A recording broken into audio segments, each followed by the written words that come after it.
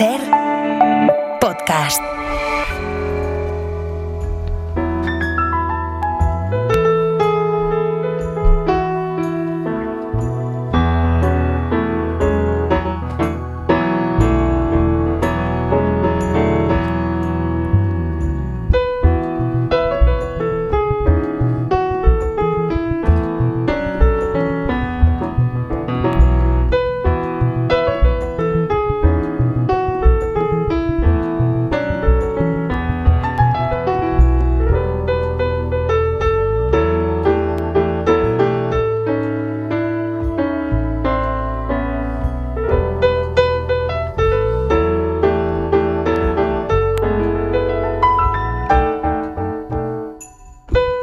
Desde Alemania arrancamos con el corresponsal del país, habría que decir también ya casi de a vivir, en Berlín. Mar Bassets, ¿cómo estás, Mar? Buenos días. Hola Javier, buenos días, guten Morgen.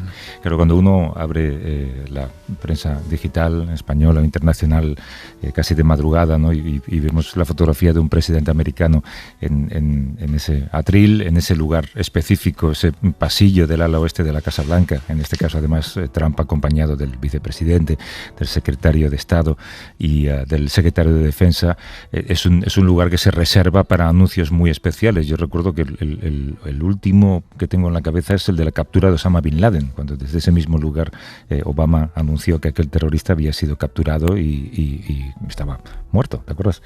Sí, por supuesto que me acuerdo. Y yo creo que a Trump le gustaría que este momento se pareciese al de Bin Laden, ¿no? Le gustaría más que se pareciese de Bin Laden que se pareciese, por ejemplo, al inicio de la guerra de Irak, ¿no? Que lanzó Bush. Porque hay momentos de estos decisivos, ¿no? Que hay algunos que ponen fin a algo y otros que empiezan algo incierto y al final catastrófico, como fue la guerra de Irak. Estados Unidos ha bombardeado Irán esta madrugada, ha bombardeado algunos lugares, instalaciones, después de 9 días jugando con esa intriga sobre la posible participación en el conflicto. Trump ha anunciado esta noche el bombardeo exitoso, según él, de 3 instalaciones nucleares de Irán, incluyendo sus 2 mayores centros de enriquecimiento de uranio, se llaman Fordow y Natanz, y también Isfahan, que es la base en la que se cree que el régimen persa guarda su uranio más enriquecido, muy cerca del nivel de uranio de grado nuclear, militar, digamos. Esto también es relevante. El presidente Trump, con esta acción, incumple una de sus principales promesas de campaña, que era la de no participar en nuevas guerras en el extranjero. A Donald Trump el extranjero siempre lo ha pillado demasiado lejos. Oriente Medio queda ahora al borde del precipicio de una escalada militar que no tiene precedentes. Vamos a intentar hablar lo primero con Catalina Gómez Ángel, que es corresponsal de La Vanguardia de France 24 en Teherán, y creo que puede charlar un momento con nosotros. ¿Cómo estás, Catalina? Buenos días. Buenos días. Cuéntanos lo último. Sabemos lo que ha hecho Estados Unidos. Contábamos ahora en el boletín informativo que parece que hay también algún ataque desde Irán hacia Jerusalén. Las últimas informaciones que tienes, ¿cuáles son, Catalina?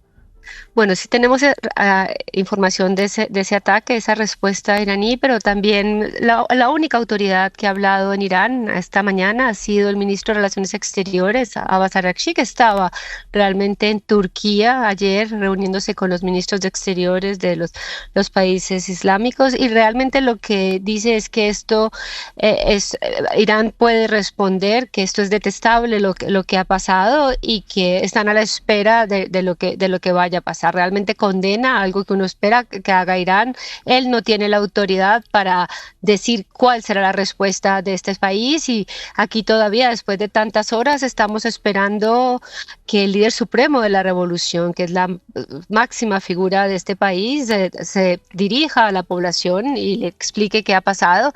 Sin embargo, las informaciones, por lo menos lo que dice el New York Times, que siempre se refiere a 2 fuentes de la Guardia Revolucionaria, la corresponsal iraní que vive pues hace muchos años en Nueva York, dice que él está en un búnker aislado, que no tiene comunicación con nadie, que solamente personas muy allegadas a él no tienen nada de comunicación. Aún así, pues en las redes sociales la gente se pregunta, bueno, ¿cuál va a ser la reacción? ¿Cómo va a responder Irán a este ataque? Que siempre ha dicho que respondería a las bases norteamericanas en la región y también a aquellos países que acogen esas bases. Hay que decir que Trump en los últimos días sí que ha dicho que el ejército de Estados Unidos o la inteligencia americana sabe perfectamente dónde está el líder supremo. Nunca se sabe si es una apuesta de Trump o si es verdad o si no es del todo cierto. Allí en Teherán, Catalina, había sensación de, digamos, entre la población, de preparación para la guerra. Hay que aclarar que esto es un ataque muy quirúrgico a unos lugares muy específicos que no están en la capital, en Teherán. Pero había la sensación de que algo podía pasar inminentemente. No, realmente, bueno, como tampoco lo había el 13 de junio cuando Israel ataca. En ese momento se estaba esperando que todavía funcionara o darle un espacio a la diplomacia. Recordemos que 2 días después se iban a reunir en Omán el ministro de Exteriores iraní con el enviado especial del presidente Trump.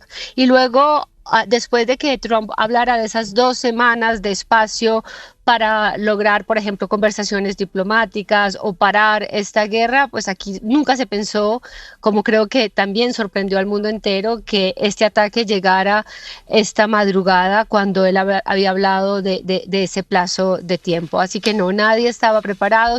Teherán sigue siendo una ciudad vacía, a pesar de que mucha gente en los últimos 2 días ha ido regresando. Yo me he dado una vuelta esta mañana por Teherán, estoy aquí en el norte, en un centro, uno de los bazares más importantes del norte de Tahrir.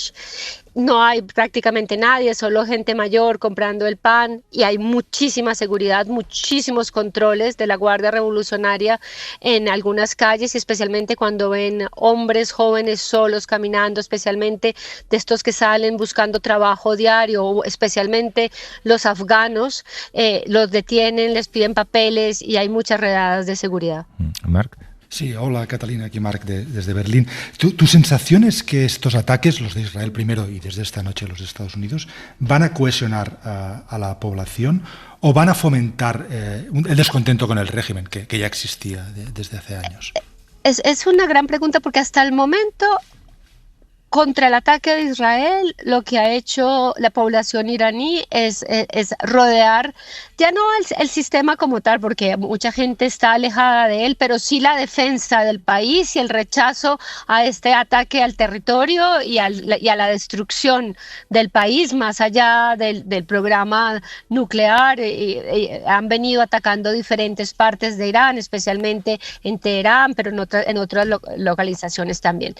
Ahora es diferente. La entrada de Estados Unidos podría cambiar la ecuación. De todas maneras, aquí ha habido muchísima crítica durante estos años a Irán. ¿Por qué?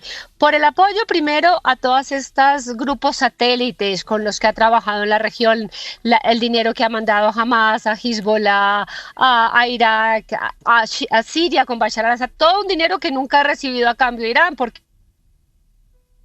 Ay, qué pena, se nos cortó la comunicación. La verdad es que ha sido un relato excelente de lo que ha pasado en los últimos días y también de la geopolítica de los últimos meses, ¿no? No sé si nos está escuchando, pero en todo caso sabemos que tiene mucho trabajo encima y fíjate qué día es. Agradecemos muchísimo a Catalina Gómez Ángel, que es corresponsal de La Vanguardia y de France 24 en Teherán, que haya encontrado estos minutos para contarnos todo lo que nos ha contado, incluso cómo está la calle ahora mismo en los bazares de Teherán. Vamos a saludar, Mar, también a Nuria Garrido, que es compañera de la cadena SER, nos atiende desde Jerusalén. ¿Qué tal, Nuria? Buenos días. Hola, ¿Qué tal? Buenos días. Ahora te escuchamos. Contábamos también en el boletín informativo que parece que hay ciertas represalias desde Irán hacia Jerusalén. No sé si hablar de bombardeos, son drones. ¿Cuál es la información que hay ahora mismo? Pues esta ha sido una noche muy tranquila y la verdad es que a las 7 de la mañana hora local el ejército nos ha enviado un mensaje de prealerta y poco después aquí en Jerusalén, que es la ciudad más segura ahora mismo, pero aquí también han sonado las alarmas y después hemos escuchado las intercepciones. Son misiles balísticos que está lanzando Irán. Algunos de ellos, según están diciendo ahora los bomberos y la policía israelí, han impactado en Tel Aviv y en el norte. Todavía no hay detalles de la gravedad de estos impactos, pero sí que hay heridos. Y aquí en Jerusalén, como varias explosiones, son las intercepciones de los misiles balísticos, pero ninguno de ellos ha impactado. Hubo ayer un mensaje de Netanyahu, creo que era un mensaje además pregrabado, ni siquiera en directo, en el que agradecía y ensalzaba la acción de Estados Unidos, ¿no? Sí, a Netanyahu le gusta mucho usar las redes sociales y sobre todo un mensaje en hebreo y otro en inglés dirigiéndose a Trump. Y como estabais comentando, ¿no? Esta guerra, todas las decisiones que están tomando están pillando a la población de una forma que no se lo esperan. Porque, como te digo, en las últimas horas aquí en Israel estaba todo tranquilo y poco después del ataque de Estados Unidos aquí ya esperaban que iban a llegar misiles. Netanyahu se está mostrando orgulloso de lo que está consiguiendo en Irán, y ahora el hecho de que se haya sumado Trump, pues hace unos minutos también diferentes ministros del gobierno han felicitado a Donald Trump diciendo que es lo que tenía que hacer, tildando de valiente esta decisión, y ahora hay que ver cómo va a responder Irán. De momento aquí han lanzado misiles, pero lo que sabemos es que seguramente durante toda la jornada van a seguir llegando ataques. Sobre todo lo que preocupa aquí son los misiles balísticos, porque los drones sí que los interceptan incluso antes de que lleguen a Israel, pero los misiles balísticos en los últimos días han logrado burlar el sistema de defensa, uno de los más potentes del mundo. Recordemos que aquí en Israel han muerto 24 personas desde que empezara este conflicto. Marc. Sí, hola Nuria, aquí Marc desde Berlín. Hola, ¿qué tal?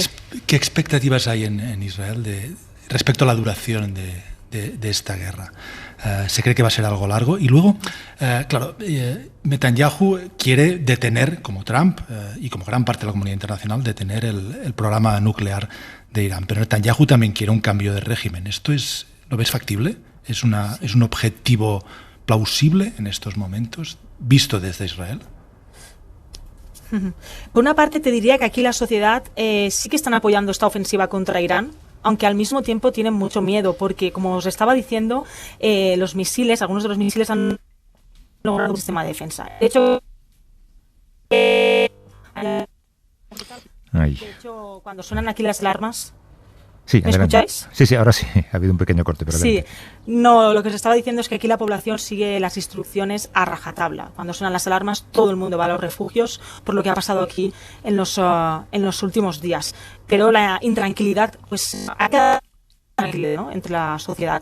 Como comentaba el compañero de Alemania, pues siempre vende este ataque como vamos a acabar con el problema, pero también sabemos que hay una intención de acabar con el régimen. Lo hemos visto en Líbano en los últimos meses, también venden esta retórica en Gaza, donde, por cierto, que no se nos olvide que allí siguen cayendo bombas y todos los días están matando a gazatíes.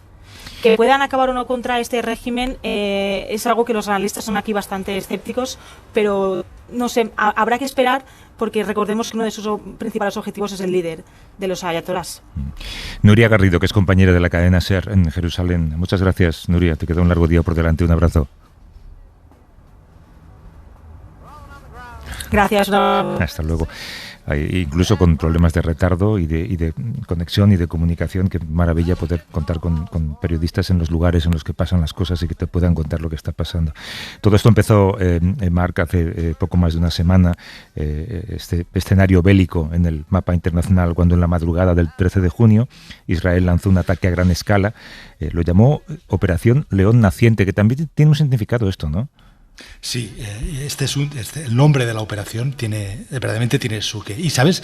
Me he acordado de la conversación que tuvimos hace 2 semanas con Aldo Cazzulo, el periodista italiano, autor de El Dios de nuestros padres, la gran novela sobre la Biblia. Porque todo está en la Biblia, realmente. Yo desde que hablamos con Aldo no paro de leer la Biblia, te lo digo de verdad, porque es apasionante, ¿eh? Y Netanyahu se ha inspirado en la Biblia para bautizar la operación militar, o el Rising Lion, león naciente o león que se levanta. Concretamente se ha inspirado en el Antiguo Testamento, en el libro de los Números, y concretamente en el siguiente versículo que te voy a leer, abro comillas. Mirad, dice el versículo, un pueblo que se levanta como un león y que como un león se yergue, no descansará hasta que haya devorado a su presa y se haya bebido la sangre de los muertos. Cierro las comillas. Fuerte, ¿no? Bueno, leía en el Forward, que es un histórico periódico judío de Nueva York, un artículo que analizaba, desglosaba este versículo de la Biblia y lo interpretaba, ¿no?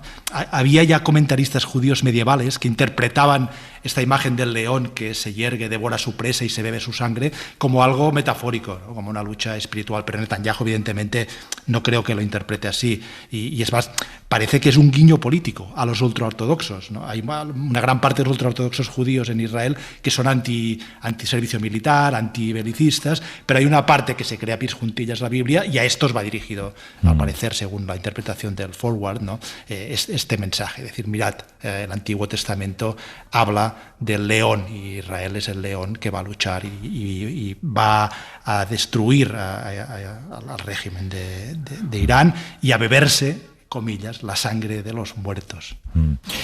Queríamos indagar en el origen y el porqué de esta guerra y rastrear en la historia de los dos países para explicar de dónde procede esa enemistad, qué consecuencias puede tener en el escenario internacional, y también queríamos indagar en el aspecto nuclear, que es lo que subyace en este conflicto bélico. Alejandro Zurita, hasta 2016, dirigió el Programa Internacional de Cooperación en Investigación Nuclear de la Comunidad Europea de la Energía Atómica, el Euratom. ¿Qué tal, Alejandro? Buenos días. Hola, buenos días, Javier. Explícanos primero cuál es el marco nuclear de ambos países. Uno se supone que tiene armas nucleares, que son las que Estados Unidos ha intentado destruir esta madrugada. Otro, Israel, también se le permite tener armas nucleares sin que nunca lo haya admitido, ¿no? Bueno, sí, en realidad la confrontación es antigua, ¿verdad? Pero digamos que el Tratado de No Proliferación Nuclear, que entró en vigor en el año 70, tenía tres pilares principales. Una, evitar la proliferación vertical, o sea, que los 5 países que en aquel momento, las 5 potencias atómicas en aquel momento, no aumentaran sus arsenales. Eso no se ha cumplido. El otro segundo pilar sería evitar la proliferación horizontal, es decir, que no aumentara el número de países de potencias atómicas con armas nucleares. En aquel momento eran 5 y ahora son 9. Estos 4 países, que son India, Pakistán, Corea del Norte e Israel, no han firmado el Tratado de No Proliferación. Y el tercer pilar era pues el uso pacífico de la energía nuclear. Y en ese sentido, el caso de Irán, el tercer pilar no prohíbe tener plantas de enriquecimiento, pero sí que es verdad que si Irán ahora había enriquecido uranio 235 al 60%, eso era muy sospechoso, porque para uso civil, digamos, para centrales nucleares podía ser un enriquecimiento del 3-4%, y para reactores de investigación, para producción de radioisótopos, etcétera, hasta un 20%. Pero tener un 60%, evidentemente no era para uso civil. Pero por otro lado, yo me gustaría también señalar que desde que el acuerdo nuclear con Irán, el famoso acuerdo nuclear del 2015, que firmó Irán con las 5 potencias atómicas, más Alemania, más la Unión Europea, aquel acuerdo, pues de alguna forma se cortó en el momento que Estados Unidos en el 2018 abandonó el acuerdo. El acuerdo quedó muy dañado, pero al cortarse en 2018 el acuerdo, digamos que Irán ha tenido 7 años de tiempo para llegar al 90% de enriquecimiento, que sería ya el nivel donde podría usar este uranio enriquecido para uso bélico, para producir bombas atómicas. El acuerdo inicial lo impulsó Obama, el acuerdo lo cortó Trump en cuanto llegó a la Casa Blanca, claro.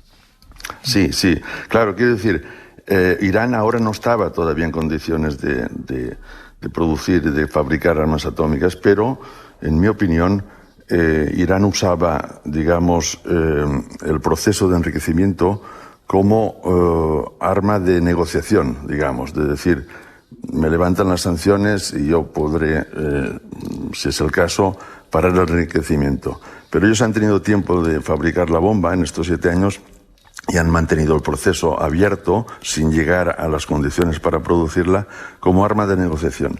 Y el acuerdo de 2015 que fue abandonado por la primera administración de Trump, pues de alguna forma en aquel momento, en el 2015, todo el mundo lo celebró, este acuerdo, como un éxito diplomático, como que daba seguridad a las 5 potencias atómicas, Alemania, Unión Europea, etcétera, excepto los únicos que criticaron en aquel momento el acuerdo fueron Arabia Saudí e Israel. Pero no es porque, mi opinión, no es porque Israel de alguna forma estuviera en contra de que se limitara el enriquecimiento y el programa nuclear atómico iraní, sino que de alguna forma que el acuerdo consolidaba el régimen de los ayatolás. Y no hay que olvidar que el objetivo no era solo que Irán no tuviera armas atómicas, el objetivo de Israel, sino también que hubiera un cambio de régimen, ¿no? Y que la consolidación con aquel éxito diplomático se vio un gran aumento de interés de empresas occidentales y empresas de todo el mundo de tener joint ventures y otros negocios con Irán, y eso consolidaba el régimen. Y el régimen, a su vez, quería el acuerdo no solo por razones altruistas, sino que el acuerdo de alguna forma eliminaba las sanciones y le podía, aliviar la asfixia política de las sanciones, la asfixia económica de las sanciones. Marc. Hola Alejandro, aquí Marc desde ¿Qué tal? Berlín. Buen día.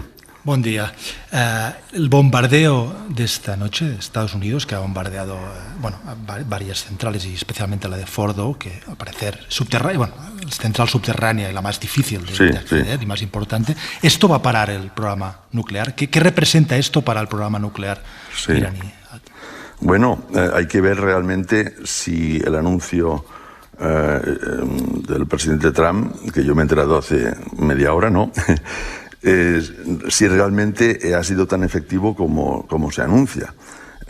Yo creo que sí, porque sí que habrá sido bastante efectivo, porque hace 9 días, cuando Israel bombardeó Natanz, la planta de enriquecimiento de Natanz, pues pareció después, según los informes de la Agencia Internacional de Energía Atómica, que el daño básicamente había sido en superficie, pero no en las instalaciones reales subterráneas, ¿no?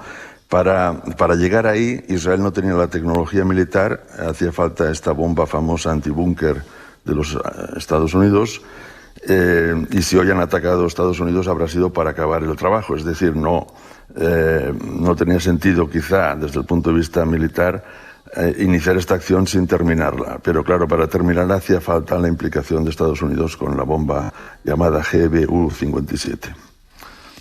El potencial de peligrosidad de Irán, ¿cuál es a partir de ahora?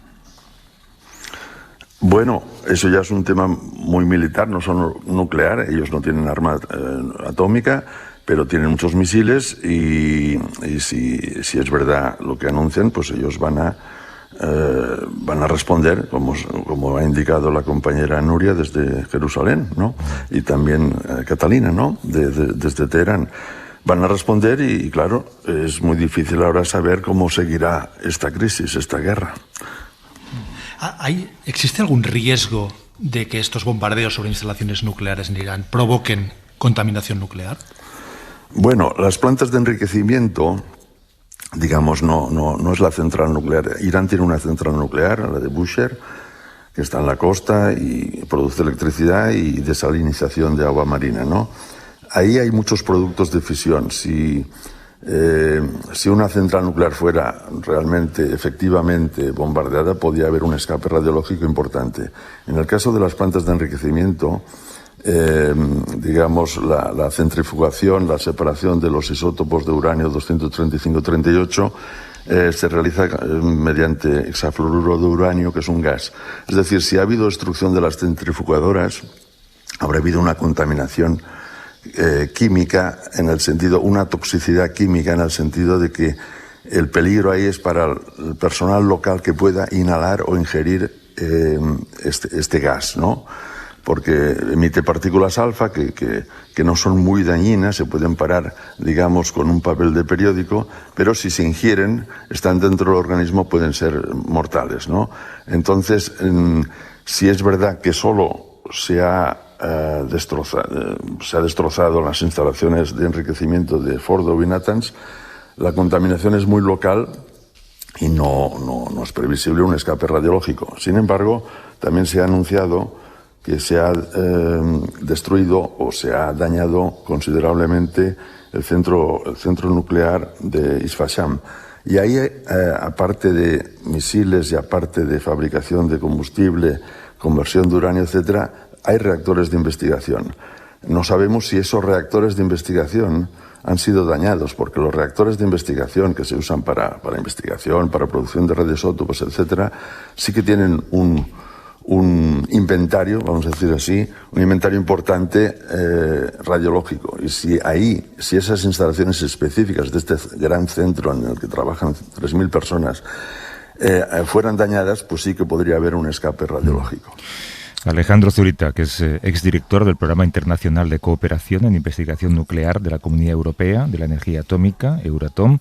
Javier, perdona, no, exdirector, no. No, director, no, eso, tenía yo mi director, que era gran responsable, yo dirigía, digamos, el grupo de cooperación internacional en investigación nuclear. Bueno, pues he aclarado el cargo y además te agradezco mucho que nos atiendas, Alejandro, porque sé que este fin de semana es muy especial, creo que se casa uno de tus hijos, así que felicitaciones. Sí, nos hemos ido a dormir muy tarde, sí. ¿Me permites, Javier? Ya sé que tenéis poco tiempo. Muy rápido, que tenemos una desconexión en 30 segundos. Yo creo que un problema muy grande es que con la central nuclear de Zaporizhzhia en Ucrania y lo que está pasando ahora, como que de alguna forma se normaliza ataques a instalaciones nucleares, civiles o militares, sobre todo la de Zaporizhzhia civil y estas plantas de enriquecimiento, hasta que no llegaran al 90% también civiles. Es decir, esto es un peligro muy grande para el futuro, normalizar ataques a instalaciones nucleares. Yeah. Te agradezco esta última reflexión, Alejandro. Cuídate mucho, gracias. Gracias a vosotros, chao. Hasta luego. Esta bomba, por cierto, que mencionaba Alejandro, tan específica para poder destruir instalaciones subterráneas, creo que solo puede ser transportada por un bombardero B-2 que partió hace como 38 o 40 horas de una base americana y ha repostado en el aire en varias ocasiones con aviones que llevaban combustible que han salido de bases americanas en varios lugares. Me pregunto si en las bases americanas españolas se ha ayudado a que este bombardero tenga combustible suficiente como para llegar a su destino y cumplir esa misión de bombardear la base subterránea iraní. Il fait toujours beau au-dessus des nuages, mais moi je suis de ces oiseaux qui nous font danser sous l'orage. Je traverserai tous les nuages pour trouver la lumière en chantant sous la pluie la symphonie des éclairs. Ser podcast.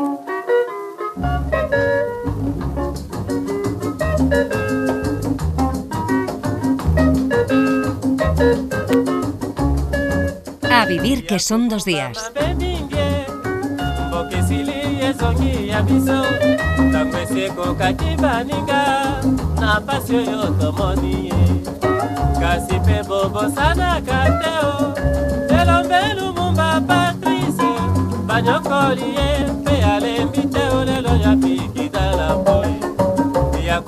¿Esto que has escogido qué es, Marc? Pues es una canción de la época de la descolonización del Congo, concretamente, que se llama Viva Patrice Lumumba, el gran protagonista y héroe de la lucha por la independencia, que luego fue asesinado contra Bélgica, que era la potencia colonial en esa época. Claro, tú has sido corresponsal en París durante mucho tiempo, Marc, y Francia tiene un importante pasado colonial en África. ¿África estaba presente en la información, en los periódicos, en la televisión en Francia?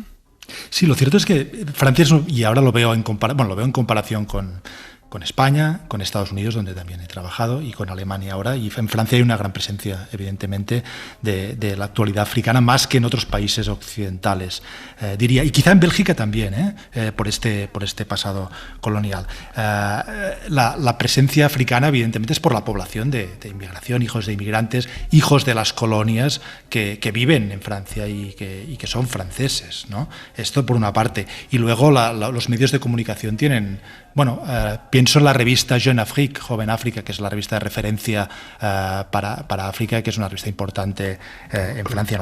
El colonialismo marca Francia, marca su política exterior, marca sus ambiciones, todavía sus sueños de la grandeur, que vienen de aquel imperio colonial. Ocurre un poco como con el Reino Unido, ¿no? Donde aunque perdieron las colonias hace muchas décadas después de la Segunda Guerra Mundial. Esto sigue dándoles a estos países entre una especie de nostalgia y a la vez considerarse especiales, ¿no? Y ahora que estoy en Alemania veo esta diferencia, porque en Alemania, ya lo hemos hablado muchas veces, ¿no? Y lo sabemos, que la historia marca a Alemania de una manera muy distinta y terrible. Pero Alemania también tiene un pasado colonial que se está empezando a estudiar y analizar en los últimos años, ¿no? Alemania, a principios del siglo XX, perpetró atrocidades y matanzas masivas en Namibia, que era colonia alemana.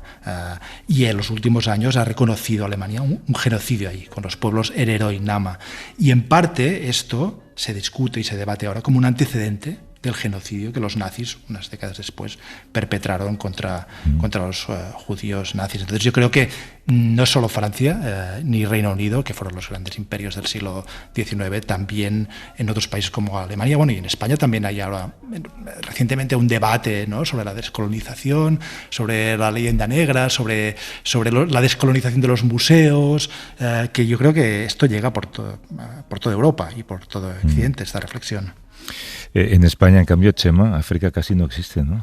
No, la verdad es que poco se habla de África aquí en España y si se habla es para remarcar lo negativo, ¿no? Siempre lo decimos, que se habla cuando hay guerras, cuando hay enfermedades o cuando hay que hablar de migración irregular, ¿no? Pocas veces se habla en positivo de todas las cosas interesantes que están pasando en este gran continente. Chema Caballero ha sido misionero, ahora es cooperante, dirigió uno de los pocos programas de éxito para la recuperación de niños soldado en Sierra Leona y acabas de publicar, Chema, El bebedor de cerveza, más de 30 años recorriendo los caminos de África. De hecho, vas camino de África ahora mismo. Sí, ahora dentro de pocos días vuelvo otra vez. Acabo de llegar hace 2 semanas, me vuelvo, sí. ¿Bebedor de cerveza? Explícame esto, lo primero. Bueno, esto es a mí me gusta mucho la cerveza y... Ya somos dos. Sabía esto, pero sí, es verdad que siempre me gusta cuando llego a un país la primera foto que pongo en redes sociales de una cerveza del local. Local. ¿No? Sí, porque, bueno, también para decir que aquí la gente pues también se divierte, se va al bar a tomar una cerveza como hacemos nosotros. Y destilan cerveza, que es importante, es una industria. Entonces, una de las grandes industrias en casi todos los países, las cerveceras, ¿no? Aunque ya están todas en manos de 4 grandes multinacionales que son las que manejan el mercado de la cerveza. Pero también es el homenaje a uno de los libros clásicos de la literatura africana, es El bebedor de vino de palma, de Amos Tutuola, y que es un poco el que me guía en este viaje que hago por África desde mi llegada en 1992 hasta el presente, ¿no? Ahora escribes en el libro: ahora sé que las verdaderas revoluciones en África se dan de otra forma, de manera más sutil, sin elocuentes discursos políticos y sin tener que recurrir a las armas. No son primaveras africanas, digamos, ¿no? Son más suaves. Son mucho más suaves y la revolución se está dando a través de los jóvenes cada día más formados e informados. La educación ha hecho que mucha gente pues tenga unos conocimientos ahora mismo. Muchísimos africanos han accedido incluso a la universidad en los últimos años. La llegada de Internet a todos los rincones, aquí donde no hay agua, no hay luz, no hay carreteras, hay un teléfono móvil, la gente se conecta, es decir, están más informados, saben lo que está pasando en todo el mundo, y estos son jóvenes que están pidiendo que las cosas sean distintas en sus países, una verdadera revolución. Hemos estado viendo estos años lo que ha pasado en Burkina Faso, en Malí, en Níger, en lo que está pasando en Senegal ahora mismo y en tantas otras partes, ¿no? Y después las mujeres, porque realmente a veces es un tópico que se dice que las mujeres africanas son las que llevan el día a día, las que están haciendo que las cosas cambien con sus pequeños emprendimientos, son ellas que cuidan a las familias, las que permiten que sus hijos estudien, las que están buscando que se les dé voz para poder ellas también decidirla en estos países, ¿no? Y yo creo que esa es la verdadera revolución, lo que realmente está pasando en África, este cambio que se está viviendo, no en todas partes igual, porque evidentemente hablamos de África como un país y no lo es, son 55 países, y yo creo que son estos jóvenes, estas mujeres las que están haciendo que las cosas sean distintas en el continente. Hola Chema, aquí Marc desde Berlín.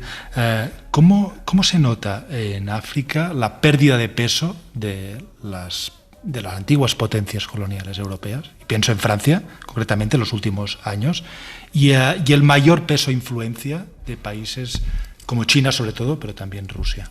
Rusia, Turquía y los países del Golfo, por ejemplo. No olvidemos que estos también tienen una presencia muy fuerte en África, se ve menos, pero está ahí, ¿no? Yo creo, mira, hacer esto, la presencia, sobre todo en las colonias, las excolonias francesas, hace ya muchos años está este debate de que Francia no permitía el desarrollo, el que se siga teniendo una moneda que es el franco CFA, que está controlada por el Banco Central francés, que las reservas de estos países estén en Francia y no en los bancos centrales de cada uno de los países, pues siempre ha sido una discusión muy fuerte y de estas discusiones está llegando pues a países como Malí, Níger, Burkina Faso, hayan expulsado a los franceses, a las superfrancesas, a las empresas francesas.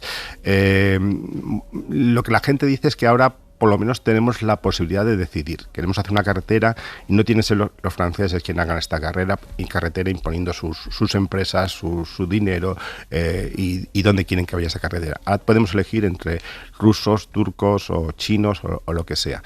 Es verdad que dejar un amo para caer en manos de otro amo, como puede ser el caso de los países del Sahel con Rusia, ¿no? No creo que sea la solución. Es decir, los países africanos deberían decidir ser libres de todo ese tipo de ataduras, pero por lo menos lo que dice la gente es ahora mismo podemos decidir y antes no teníamos opciones de decisión. Te he escuchado decir alguna vez, hace muchos años de hecho, no sé si lo mantienes, que al mundo occidental no le interesa que África cambie y que África evolucione. Yo creo que es así, porque África la seguimos viendo como el lugar donde sacar todo aquello que necesitamos, ¿no? Es decir, materias primas, sobre todo. El caso de Níger, ya que estamos hablando de Francia, el 80% del uranio que utiliza Francia en sus centrales nucleares, porque estamos con el día de las centrales nucleares, procede del norte de Níger. Y ese uranio es casi el 60% de las exportaciones de Níger, pero representa solamente el 1% del Producto Interior Bruto de Níger. Es decir, Francia estaba sacándolo sin pagar impuestos, sin pagar prácticamente, sin dejar dinero en el país, ¿no? Y gracias a ese uranio, Francia tiene electricidad y Níger no tiene electricidad, ¿no? Y esas son las cosas que nos interesan. Por eso no interesa que haya un cambio político o que la gente reclame sus propios derechos, ¿no? Pero ante esta retirada, no sé si se puede llamar retirada, entre comillas, europea. Expulsión, yo diría. Expulsión. ¿Qué va a pasar ahora? Es decir, la gente está satisfecha, por fin ya no está Francia ahí, ya tampoco se le podrá echar la culpa a Francia de lo que ocurra, o todavía sí. Bueno, todavía se sigue diciendo lo típico, ¿no? Es decir, que porque los franceses son muchos años hasta aquí. Yo creo que hay países que lo están haciendo mucho mejor, no son tan radicales como estos del Sahel, sí, que han roto con todo, como es el caso de Senegal, donde ha habido un cambio político muy impulsado por los jóvenes, donde pues tienen un plan de desarrollo que acaban de aprobar, la visión 2050, que quiere poner en valor pues todo ese poder que tiene la juventud, las mujeres, hace una economía inclusiva sin dejar a nadie atrás, que no están rompiendo con Francia, pero están diciendo, oye, que aquí somos nosotros los que tomamos decisiones. Es decir, hay un diálogo también con ellos. Yo creo que esta vía de diálogo, de entendimiento, pero también de reclamar la propia soberanía y la propia forma de hacer de los países africanos puede ser el camino que salga adelante. Yo creo que, por ejemplo, se ve que la gente, por ejemplo, de Senegal, yo acabo de llegar hace 2 semanas de Senegal, he estado allí 2 meses, se ve un optimismo y unas ganas de hacer cosas que no se veía antes, ¿no? En el libro usas muchas citas literarias. Recomiéndanos un libro para entender mejor. Es difícil, ¿no? Eso yo leo mucho literatura africana porque es una forma también de entender lo que piensan los africanos hoy día. Bueno, el libro del bebedor de vino de Palma, que es un clásico, El todo se desmorona, o ahora mismo uno de los últimos han traducido al castellano, El Jacarandá, de Faye Gael, de todo lo que ha pasado después. Es muy interesante, es decir, qué pasa en una Ruanda, que es un país emergente muy fuerte, después del genocidio, ¿no? Se ha escrito mucho sobre el genocidio, pero no de qué ha pasado después del genocidio, cómo esa sociedad, cómo vive las víctimas, victimarios, el perdón realmente existe, las generaciones que no han vivido el genocidio. Chema Caballero, que es cooperante, ahora también autor del libro El bebedor de cerveza, más de 30 años recorriendo los caminos de África, editado por Libros del Baobab. Ahora que has pasado por Madrid, por cierto, ¿has ido a sentarte un rato al banco de Ramón Lobo, al retiro? He ido al retiro y he ido a visitarle al cementerio, que siempre voy. Y, este año tenía que llevarle 16 claveles blancos, le prometí que cada Champions del Madrid Madrid le llevaría uno más, y este año me queda con las ganas, le he vuelto a llevar 15, espero que el año que viene le pueda llevar los 16. Gracias por pasarte por aquí, de alguna manera, esta también es su casa, Chema, ya lo sabes. Muchas gracias. Y estás invitado, cuando pases por Madrid, aquí nos tienes. Cuídate mucho. Gracias. Hasta luego.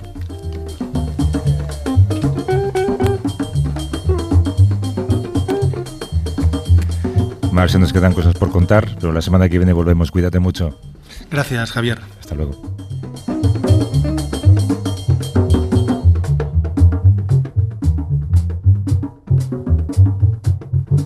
Para no perderte ningún episodio, síguenos en la aplicación o la web de la SER, Podium Podcast o tu plataforma de audio favorita.